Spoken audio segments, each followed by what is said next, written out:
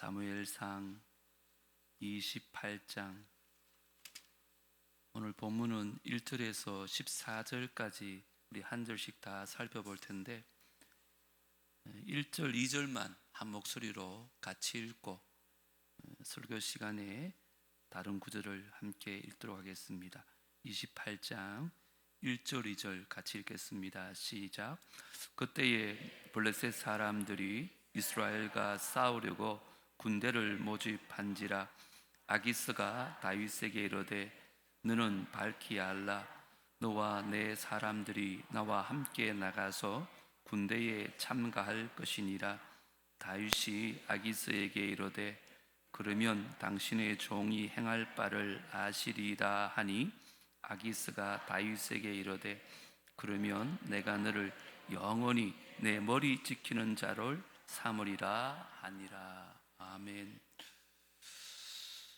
사무엘상 강해가 이제 종반부로 접어들었습니다. 전반부인 1장에서부터 10장까지는요 이스라엘 최후의 사사인 사무엘의 등장과 또 이스라엘이 신정 체제에서 왕정 체제로 바뀌는 전환기를 보여주고 있습니다. 중반부인 11장부터 19장까지는 초대왕 사울의 타락과 다윗의 등장, 그리고 다윗에 대한 사울의 핍박을 다루고 있습니다. 그리고 마지막 20장부터 31장까지는 이제 다윗의 긴 망명 생활과 사울 가문의 몰락을 보여주고 있습니다. 그 가운데 오늘 우리가 살펴볼 본문은 블레셋으로 도망간 다윗과 또 블레셋의 공격을 받은 사울이 둘 다 큰 위기에 빠져 있는 모습을 볼 수 있습니다. 우리 삶에도 위기와 두려움이 찾아올 때가 참 많습니다. 물론 나의 잘못이 없음에도 찾아오는 어려움이라면 그것은 연단입니다. 하지만 우리의 잘못된 선택을 통해서 위기를 자초하는 경우도 많이 있습니다. 오늘 자신의 잘못으로 위기에 빠진 이 다윗과 사울을 거울 삼아서 저와 여러분의 모습을 좀 돌아보는 그런 시간이 되었으면 참 좋겠습니다. 먼저 다윗을 통해 배우는 교훈은 하나님을 떠날 때 인생에 위기가 온다는 것입니다. 오랫동안 사울을 피해 도망 다니던 다윗은 갓 선지자로부터 통해 들었던 유대 땅에 머무르라는 말씀을 거역하고는 자기 생각대로 이방 땅 블레셋으로 망명을 합니다. 다윗이 사울왕의 표적이 된 것을 알았던 블레셋 가드왕 아기스는요 다윗과 그의 무리를 블레셋을 위해 싸우는 용병으로 받아들입니다. 그리고는 다윗은 이스라엘의 적들을 약탈한 후에 마치 이스라엘 족속을 노력한 것처럼, 지난 시간에 본 것처럼 거짓 보고를 합니다. 그래서 아기스의 신임을 받고 이 블레셋 땅에서 1년 4개월 동안 평안하게 살았습니다. 그러나 속임수로 얻은 거짓 평안은 그렇게 오래가지 않았습니다. 블레셋이 이스라엘을 침략하기 위해서 전쟁을 일으켰는데 다윗과 그의 군사들도 그 전쟁에 참전하라는 명령이 떨어진 것입니다. 그게 오늘 본문 1절 내용입니다. 그때에 블레셋 사람들이 이스라엘과 싸우려고 군대를 모집한지라. 아기스가 다윗에게 이르되 너는 밝히 알라. 너와 내 사람들이 나와 함께 나가서 군대에 참가할 것이니라. 다윗은 이러지도 저러지도 못하는 참 난감한 상황에 직면하게 됩니다. 블레셋에서 용병으로 그 땅에 들어갔으니까 아기스의 명령을 거역할 수도 없고, 그렇다고 자기 이스라엘의 왕으로 기름 부은 자기가 자기 동족에게 칼을 휘둘 수도 없는 정말 진퇴양난의 상황에 처하게 된 것입니다. 다윗은 아마 이때가 과거 사울에게 쫓겨다닐 때보다 훨씬 더 큰 마음의 갈등과 스트레스를 겪었을 것입니다. 2절 한번 보십시오. 다윗이 아기스에게 이르되 그러면 당신의 종이 행할 바를 아시리다 하니, 아기스가 다윗에게 이르되 그러면 내가 너를 영원히 뭐하는 자로 내 머리 지키는 자를 삼으리라 하니라. 머리는 우리 몸 가운데 가장 중요한 부분으로 생명을 상징합니다. 그러므로 머리 지키는 자라는 것은 아기스의 생명을 지키고 보호하는 호위 대장을 가리키는 말입니다. 적국의 장수였던 다윗을 자신의 호위 대장으로 삼겠다는 것은 아기스의 입장에서 보면 대단히 큰 호의입니다. 하지만 다윗의 입장에서 보면 너무나도 수치스러운 모욕입니다. 이스라엘의 왕으로 선택된 자가 적국의 왕을 보호하는 호위 대장이 된다는 것이 얼마나 창피하고 부끄러운 일이겠습니까? 자기가 죽여야 될 대적의 보디가드가 된다는 것은 어쩌면 이스라엘을 대적하고 싸우는 것보다 훨씬 더 괴로운 일이었을 것입니다. 근데 다윗은 지금 어느 누구에도 하소연조차 할 수 없었습니다. 왜냐하면 이 모든 문제가 자기가 자초한 일이었기 때문에 그렇습니다. 눈앞에 보이는 사울을 피하고자 자기 마음대로 하나님을 떠나서 원수의 땅에 갔기 때문에 이런 일이 발생한 것입니다. 여러분, 다윗은 거짓말을 하면서 생명을 연명해야 된 그 자신의 비참한 모습을 깨닫는 그 순간 사실은 블레셋을 떠나 하나님께로 돌아갔어야 됩니다. 그러나 신속히 죄악의 길에서 떠나지 못하고 거기 머뭇거림으로 말미암아 결국 어찌할 수 없는 엄청난 위기를 맞이하게 된 것입니다. 이러한 다윗의 모습이 오늘날 우리의 모습과 너무 비슷하지 않습니까? 우리도 뻔히 죄악임을 알면서도 머뭇머뭇하고 있다가 결국 큰 어려움을 당할 때가 우리 인생 가운데 얼마나 많았습니까? 마치 하나님의 인내를 시험하듯이, 하나님의 인자하심을 조롱하듯이 그 죄악의 자리를 떠나지 못하고 결국 멸망의 쓰나미에 휩쓸려 떠내려 간다는 것입니다. 이건 저의 모습이기도 하고 또한 여러분의 모습은 아닌지, 혹 여러분 가운데 하나님을 떠나서 죄악의 자리에 머뭇거리는 분 계십니까?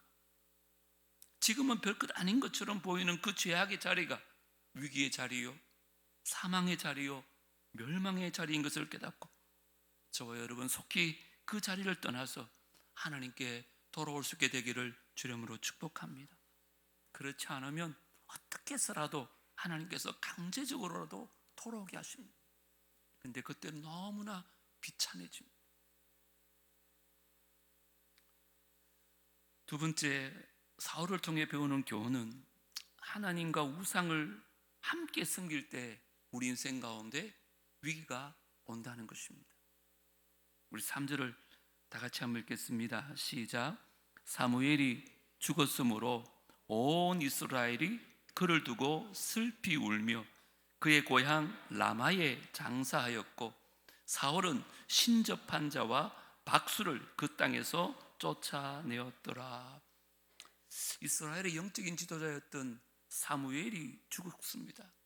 그때 사울이 순수한 신앙에서 그랬는지 아니면 자신을 과시하고 싶어 그랬는지 정말 하나님이 기뻐하시는 일을 행합니다. 그게 뭐냐 하면 하나님이 가증스럽게 여기는 신접한 자들과 무당을 그날에서 다 쫓아냅니다. 얼마나 잘한 일입니까? 그런데 얼마 있지 않아서 블레셋이 쳐들어오자 금방 또 불신앙의 모습을 보여줍니다. 4절 5절을 한번 보십시오. 블레셋 사람들이 모여 수넴에 이르러 진침해 사울이 온 이스라엘을 모아 길보아에 진쳤더니 사울이 블레셋 사람들의 군대를 보고 뭐 했다고요? 두려워서 그의 마음이 크게 떨린지라. 두려워서 크게 떨었다는 말은 같은 의미를 가진 두 단어를 반복해서 사용함으로 말미암아 숨이 막힐 정도로 너무너무 무서웠다, 너무너무 두려워했다는 것을 강조하고 있는 내용입니다. 자, 여러분, 과거에는 그렇게 용맹스럽게 블레셋과의 전투에서 승리를 거뒀던 사울이 왜 이렇게 사시나무 떨듯이 떨었을까요? 왜냐하면 그를 위하여 싸우셨던 하나님께서 이제 그와 함께 계시지 않았기 때문에 그렇습니다. 사울은 그것을 너무너무 잘 알았습니다. 겉으로 보기에는 하나님을 섬기는 왕처럼 보였을지 몰라도 그가 하나님과 우상을 함께 섬기면서 사울이 하나님을 먼저 떠났던 것입니다. 6절 함께 읽어볼까요? 시작. 사울이 여호와께 묻자오되 여호와께서 꿈으로도 우림으로도 선지자로도 그에게 대답하지 아니하심으로. 여기 보면 사울이 하나님의 뜻을 묻는 신실한 왕처럼 보이지만 사실은 그렇지가 않습니다. 만약에 사울이 진짜 하나님의 뜻을 알기를 원했다면 백성들을 모아서 진을 치기 전에 하나님 뜻을 물었어야 되죠. 그런데 사울은 처음에 자기 판단대로, 자기가 원하는 대로, 자기 생각대로 온 이스라엘을 모아서 싸우려고 나갑니다. 그런데 막상 나가보니까 블레셋 숫자가 너무 많은 거예요. 이 상대가 되지 않는 거예요. 그러니까 깜짝 놀라서 겁을 먹고는 그제서야 하나님께 막 매달린 거예요. 그리고 여기 하나님이 우림으로 대답하지 않으셨다는 걸 봐도 똑같습니다. 성경에 우림이 언급될 때마다 항상 따라 놓는 단어가 하나 있습니다. 뭔지 아시겠습니까? 우림과 둠밈입니다. 여기 우림이란 말은 예스를 상징하는 흰 돌이고요, 둠밈은 노를 상징하는 검은 돌입니다. 그래서 이 두 가지 돌을 가지고는 제사장이 하나님의 뜻을 분별하는데, 성경에서는 우림 하나만 언급된 것은 성경에 여기밖에 없습니다. 이게 무슨 말일까요? 사울은 지금 자기가 원하는 것을 하나님께서 해주기를 고집하는 마음으로 우림만 갖다 놓고 하나님의 뜻을 물은 사람이었다는 것입니다. 그러니까 하나님이 대답할 이유가 없는 것 아니겠습니까? 하나님이 사울에게 대답을 하지 않으니까 사울이 뭐 했든지 아시겠어요? 아, 내가 하나님을 분노케 했구나 하면서 회개를 했어야 되잖아요. 그런데 하나님이 침묵하신다고 해서 또르륵 어디로 가냐 하면 하나님이 가증스럽게 여기고 그렇게 신접한 무당을 다시 찾아가는 거예요. 하나님 보시기에 얼마나 진노하겠어요. 그게 7절에 나오는데 한번 같이 읽겠습니다. 시작. 사울이 그의 신하들에게 이르되 나를 위하여 신접한 여인을 찾으라. 내가 그리로 가서 그에게 물으리라 하니 그의 신하들이 그에게 이르되 보소서 엔돌에 신접한 여인이 있나이다. 하나님께 기회를 드렸는데 아무 말씀이 없으시니까 내가 이제 무당한테 가가지고 뜻을 알아보겠다, 이렇게 말하는 거예요. 사울은 하나님을 내가 원하는 것을 갖는 도구로만 생각했어요. 내가 기도하는 것에 대해서 내 소원대로 들어줘야 될 마치 마술 방망이처럼. 그래서 율법이 금하는, 또 자기가 얼마 전에 그렇게 쫓아버렸던 무당에게 다시 찾아가서 살 길을 구하는 것입니다. 여러분, 사울이 왜 이런 행동을 했을까요?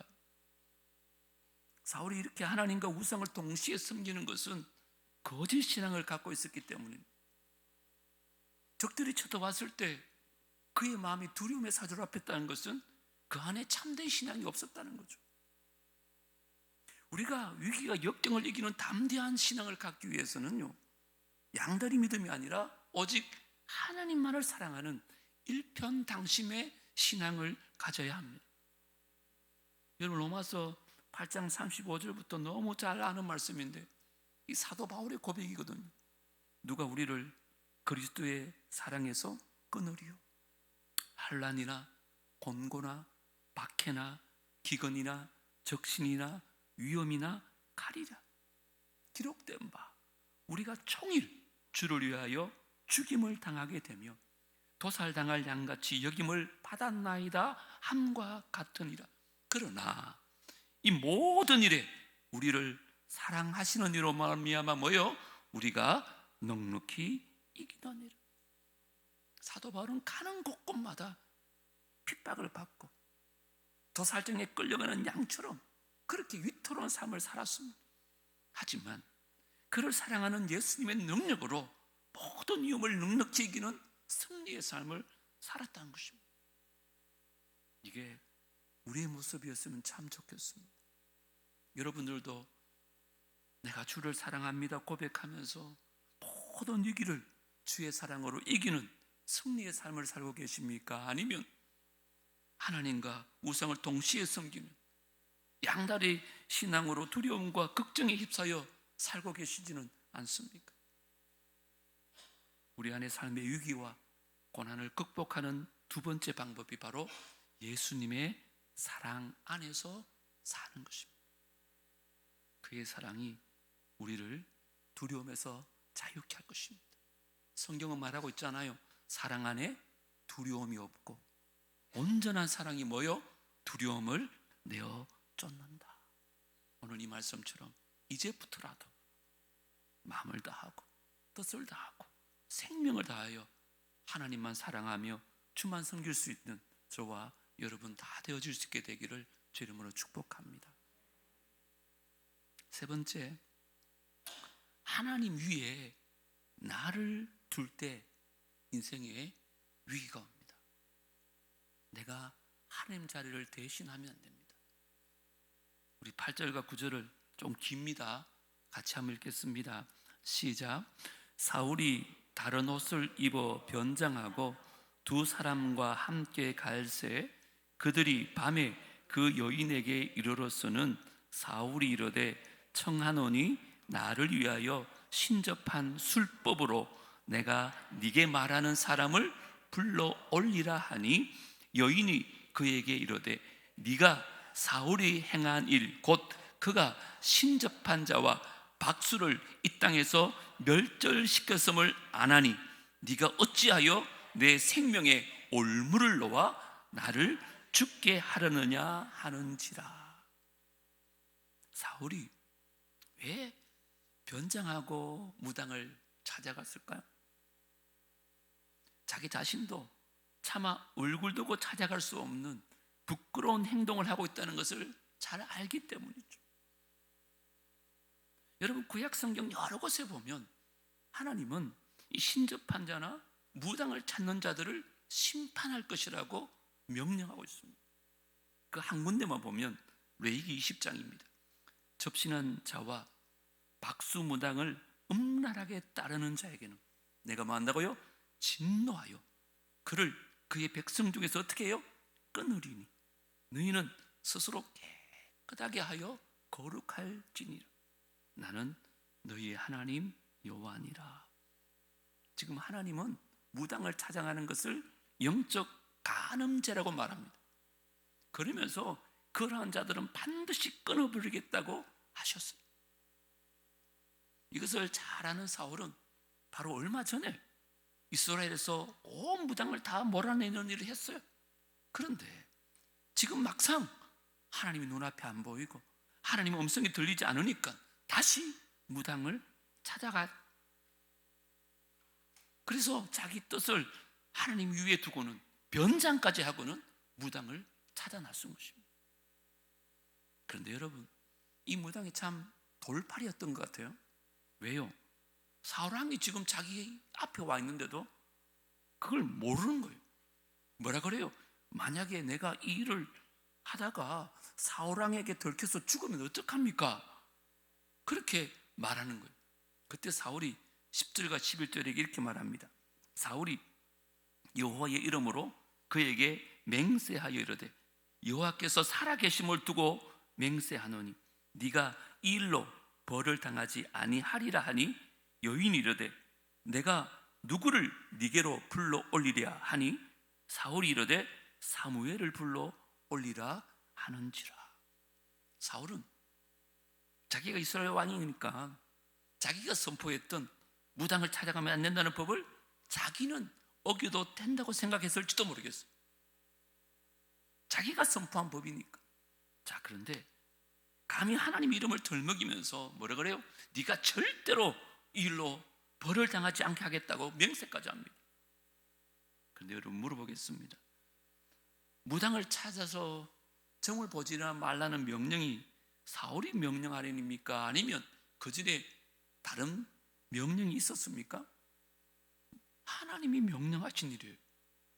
사울은 지금 자신을 하나님 앞에 두고 하나님 위에 두고 하나님이 뭐라고 말하셨던지 상관없다.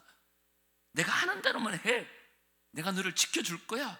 그렇게 방자하게 말을 한 것입니다. 자, 그 후에 어떤 일이 일어났는지 12절부터 한번 잘 보십시오. 여인이 사무엘을 보고 큰 소리로 외치며 사울에게 말하여 이르되 당신이 어찌하여 나를 속이셨나이까? 당신이 사울이시니이다. 용하게 이제 그건 알아맞혀요. 왕이 그에게 이르되 두려워하지 말라. 네가 무엇을 보았느냐 하니 여인이 사울에게 이르되 내가 영이 어디서 땅에서 올라오는 것을 보았나이다 하니 사울이 그에게 이르되 그의 모양이 어떠하냐 하니 그가 이르되 한 노인이 올라오는데 그의 겉옷을 입었나이다 하더라. 사울이 그가 누구인 줄 알고 사무엘인 줄 알고 그 얼굴을 땅에 대고 뭐랬다고요? 절하니라. 놀랍게도 이 신접한 무당을 통해서 한 영이 땅에서 올라오는 거예요. 그의 영의 모습이 어떻게 생겼느냐 물어보니까 제사 드릴 때 입는 겉옷을 입은 노인입니다. 이렇게 얘기를 해요. 이 말을 들은 사울은 그것이 바로 사무엘의 영인 것으로 생각하고는 그 앞에 엎드려 넙죽 절을 합니다. 자, 그런데 물어보겠습니다. 무당이 본 영이 과연 사무엘의 영일까요? 사무엘의 영이 아닐까요? 아니에요. 사무엘로 가장한 악령인 것입니다. 여러분 생각해 보세요. 사울이 선지자를 통해서 물어봤을 때도 침묵하셨던 하나님이신데 심지어 무당을 통해 물어본다고 사무엘의 영을 보내서 사울에게 대답하시겠습니까? 말이 되지 않죠. 또 그에게 진짜 사무엘의 영이 있으면 어디서 내려와야 되겠어요? 하늘에서 내려와야지. 왜 땅에서 올라오는 겁니까? 말이 되지 않죠. 그리고 예수님의 변화산 모습처럼 진짜 사무엘의 영이라면 영광으로 빛나는 흰 옷을 입고 해야지. 왜 땅에서 입던 겉옷을 아직도 입고 있느냐 말이에요. 악령에 사로잡혀서 영적 간음죄를 짓던 사울에게 하나님은 침묵하셨지만 사탄은 이때다 싶어가지고 사무엘로 가장한 악령을 보내서 그를 저주의 길로 인도한 것입니다. 제가 여기에 대해서는 다음 주에 좀 더 자세히 살펴보겠는데요, 중요한 것은 사울이 바로 그 악령에게 뭐 했다고요? 엎드려 절을 했다는 것입니다. 이게 어떤 의미일까요? 사울은 지금까지 자신이 최고라고 생각했어요. 하나님 말씀도 필요 없고 내 말이 곧 하나님의 법이고 내 마음대로 내 뜻대로 하면 돼. 그렇게 행동했지만 결국은 뭐예요? 악령 앞에 엎드려가지고 절을 하는 사단의 노예가 되어버렸다는 거예요. 저는 이걸 보면서 이런 생각했어요. 이 세상에는 오직 두 종류의 사람밖에 없다. 죄의 종과 의의 종. 이걸 다른 말로 하면 사탄의 종과 하나님의 종. 여러분은 죄의 종입니까? 의의 종이십니까?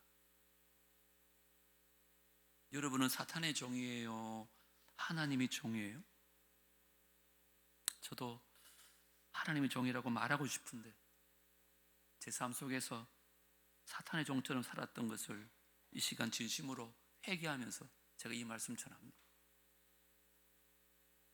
여러분 가운데도 혹시 하나님을 떠나 사는, 하나님과 우상을 함께 섬기는, 혹은 하나님 위에 나를 두고 사는 그런 큰 위기에 빠져서 엄청난 어려움을 당하고 계신 분 계십니까? 지금이라도 그 죄의 길을 떠나서 하나님께 돌아오시기를 바랍니다.